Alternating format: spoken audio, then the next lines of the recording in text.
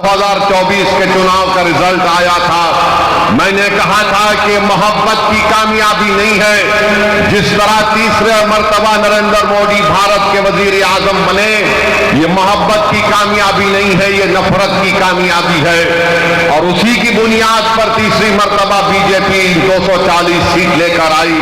मगर सबने कहा कि नहीं, बीजेपी के सीट की तादाद में कमी पैदा हुई है। अरे बताओ हरियाणा कैसे जीत गई बीजेपी? बताओ महाराष्ट्र कैसे जीत गई बीजेपी? हम पुकारते रहे, हम अपने हलफ को सूखा कर लिए, चीख मार मार कर कहते रहे देखो ये हमारा काम नहीं है, हम बीजेपी को रोकना जरूरी है, मगर ये पूरी जिम्मेदारी हम पर क्यों आयद करते हैं? अरे एक ही समाज है जो बीजेपी के खिलाफ वोट दे रहा है, उसका नाम मुसलमान है। बाकी के सब समाज हैं, उनकी अक्सरियत, उनकी मेजॉरिटी बीजेपी को वोट डाल रही है, मगर हमारे गले में सांप डाल दिया गया कि नहीं तुम बीजेपी को रोको। अरे बताओ तुमने हरियाणा में क्यों नहीं रोके बीजेपी को? बताओ दिल्ली में एक भी क्यों नहीं जीता तुम्हारा? तुमने तो मुसलमान को टिकट देना तो दूर की बात, तुम बीजेपी को नहीं रोक पाए। कौन जिम्मेदार है इसका? मेरी बात आप समझिए, याद रखिए। अगर आप फिर से इसका शिकार होंगे, नहीं हमको बीजेपी को रोकना है, यकीनन रोकना है, मगर रोकने का मतलब यह नहीं है कि तुम अपने बच्चों को जो 5 साल से जेल में सड़ रहे हैं, जिनका नाम वो लेना नहीं चाहते, आप उन्हीं को वोट देंगे। जो 5 साल से जो जेल में सड़ रहे हैं, जिसका बाप परेशान, जिसकी बीवी परेशान, जिसकी औलाद बच्चे थे जवान हो गए, उनका नाम नहीं लेना चाहते। जो बच्चे जेलों में सड़ रहे हैं तो उनका नाम नहीं लेते, मगर आप उनको वोट देना चाहेंगे। ये बीजेपी को रोकना है। अरे बीजेपी को तो हम ही रोक रहे हैं। हम बीजेपी को ना कभी वोट दिए ना कभी देंगे, मगर ये लोग क्या बीजेपी को रोक पा रहे? नहीं रोक पा रहे। ये अपनी जबान से नाम तक नहीं लेते। ताहिर हुसैन के नाम का ऐलान किया तो सबके पेट में दर्द शुरू हो गया। ताहिर हुसैन का नाम का ऐलान किया तो सबके सर में दर्द शुरू हो गया। अरे जिसके पेट में दर्द हो रहा है, जिसके सर में दर्द हो रहा है, क्या तुम भूल गए कि तुम ताहिर हुसैन की घर के छत पर बैठकर कितने मर्तबा ताहिर हुसैन ने तुमको खाना खिलाया था? क्या तुम भूल गए कि ताहिर हुसैन की छत पर बैठकर तुमने क्या क्या गुफ्तगू की थी? आज कोई नहीं पलटकर पूछता उस घर की तरफ। बताओ जुल्फिकार सैफी जेल में कैसे? इस मुल्क में अजीबो गरीब मामला है कि 2 मुख्यमंत्री जेल को चले गए, झारखंड के, दिल्ली के, इनको बेल हो गई, मगर जो 5 साल से सड़ रहे हैं उनको बेल नहीं होती है। कौन है इसका जिम्मेदार? अकाउंटेबिलिटी किस पर आयद होगी? बताओ। कब तक नेशनल मेजॉरिटी और नेशनल माइनॉरिटी को दबाया जाएगा? कब तक ये बहस चलेगी नेशनल मेजॉरिटी है, नेशनल माइनॉरिटी है? अरे कानून तो सबके लिए अगर बराबर है, अगर केजरीवाल को बेल हो गई, सिसोदिया को बेल हो गई, तो क्यों नहीं ताजुद्दीन को बेल हो रही है? सब पर भी वही ग्रीवियस ऑफेंसेस है, मगर तुमको बेल हो सकती है और जो बच्चे जेलों में सड़ रहे हैं उनको बेल क्यों नहीं हो सकती? बताओ मेरे अजीज दोस्तों और बुजुर्गों, यही नाइंसाफी है। अगर आज आप मुस्तफाबाद से अपनी आवाज को बुलंद करना चाहते हैं, अगर आप इस नाइंसाफी को खत्म करना चाहते हैं, तो मुत्तहिदा तौर पर अपने वोट का इस्तेमाल करिए।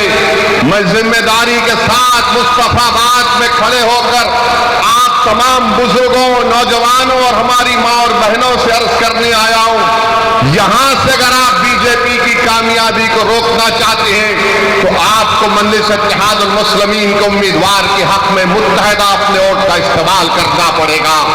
हाँ, मेरे जाने के बाद और चुनाव के दौरान बहुत से लोग आकर बहुत सी बातें कहेंगे, अरे क्या कर रहे हो, वैसी सिर्फ जज्बाती तकरीर करता है। अरे जज्बाती तकरीर अगर तुम नहीं कर सकते तो इसमें मेरा क्या गलती है? मेरी क्या गलती है? मगर याद रखिए, मैं जज्बाती तकरीर नहीं करता हूं, मैं सच्चाई को बयान करने की कोशिश करता हूं। इम्तियाज जलील को हराने वाले कौन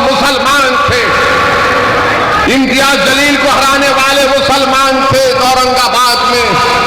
नासिर सिद्दीकी को हराने वाले कौन थे? मुसलमान थे। धूलिया से जहां पर मंजलिस का एमएलए था, फारूक शाह को हराने वाले कौन थे? हमारे ही सफों में वो मीर जाफर और मीर सादक के एजेंट छुपे हुए, वो दोबारा मुस्तफाबाद को भी आएंगे, आकर तुमसे कहेंगे मैं तुमको कह रहा हूं। किसी शायर ने बड़ा अच्छा कहा था, वो शेर याद आ रहा है। क्या कहा था शायर ने? वाकिफ नहीं है जो लोग सफर के उसूल से, वाकिफ नहीं है जो लोग सफर के उसूल से, साये की भीख मांग रहे बबूल से। ये वो लोग हैं आकर वही सेकुलरिज्म का पुराना राग लगाएंगे। रे कहां का सेकुलरिज्म है बताओ? ये सेकुलरिज्म है कि केजरीवाल को बेल मिल जाती है और दूसरों को नहीं मिलती। कौन सा सेकुलरिज्म है बताओ? ये मेरे अजीज दोस्तों और बुजुर्गों, मेरी आपसे दवन गुजारिश है कि मुत्तहदा तौर पर अपने वोट का इस्तेमाल करिए। डरने और घबराने की जरूरत नहीं है। अब हमारे जाने के बाद मजलिस के उम्मीदवार का जलसा हो चुका, तो लोग आके बोलेंगे देखो बीजेपी को रोकना है, यकीनन रोकना है। कोई आकर अगर ये कहेगा कि देखो अपने बच्चों को समझाओ वरना गब्बर सिंह आ जाएगा, तो मैं उनसे कहूंगा कि आप उनको जवाब दीजिए कि अब हम सोने वाले नहीं है, अब हम जाग चुके हैं, अब हम नहीं सोएंगे। तुम 75 साल के हमको ये झूठे सेकुलरिज्म की अफीम हमको चका चका कर तुमने हमको सुला दिया। अब हम जागने वाले हैं। जो लोग हमसे कह रहे हैं कि देखो खामोश हो जाओ, सो जाओ, उनसे कहो कि हमारे दरमियान में एक पागल असद आया है जो हमारा शेर है, हमको जागने की आदत डाल चुका है। अब हम जागेंगे, सोएंगे नहीं। अब हम होशमंदी से अपने वोट का इस्तेमाल करेंगे। मेरे अजीज दोस्तों और बुजुर्गों, आपकी आवाज आपके हाथ में है, आपकी आवाज आपके हाथ में है। अगर हमारी इस बहन की ये जज्बाती बातें जो ताहिर हुसैन की वाइफ ने, उनकी बेगम ने आपके सामने कही, थोड़ी देर के लिए ये भी सोचिए कि हमारे हर घर की कहानी है, ये हमारे हर घर की कहानी है। मेरे भाई, इज्जत की जिंदगी अगर गुजारना है तो सिर्फ नारों से हम इज्जत की जिंदगी नहीं गुजार सकते।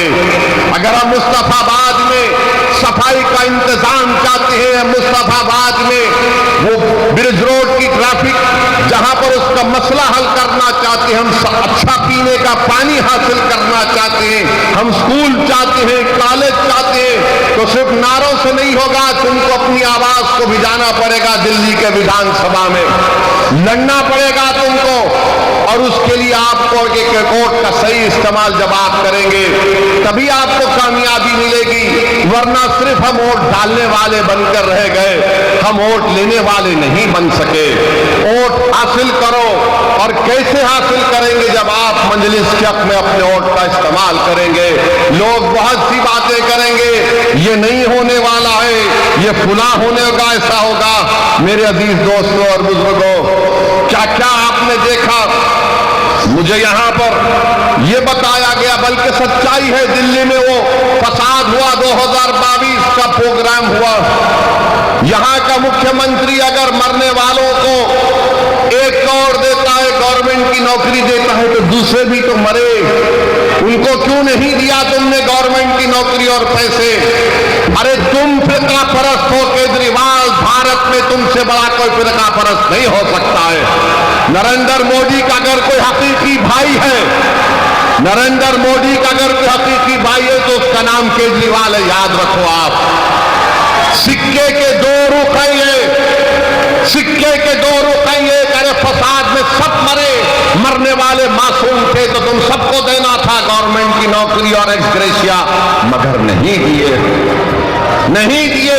मैंने उस वक्त भी कहा, कौन है बताओ, जब ये कोविड लगा था तो तबलीगी जमात पर झूठा इल्जाम लगाने वाला कौन था? यही केजरीवाल था, सुपर स्प्रेडर का नाम दिया था। बड़ी बड़ी बातें करते हैं, हम ये स्कूल बनाए, हम फुला किए। अरे मुस्तफाबाद को केजरीवाल मेरे साथ चल के बताओ तुमने क्या काम किया, मैं दिखाऊंगा तुमको। यहां पर आएंगे, मुसलमानों के दरमियान में आएंगे तो बोलेंगे देखो आपकी जिंदगी को हम बचा रहे हैं और हमारे हिंदू भाइयों के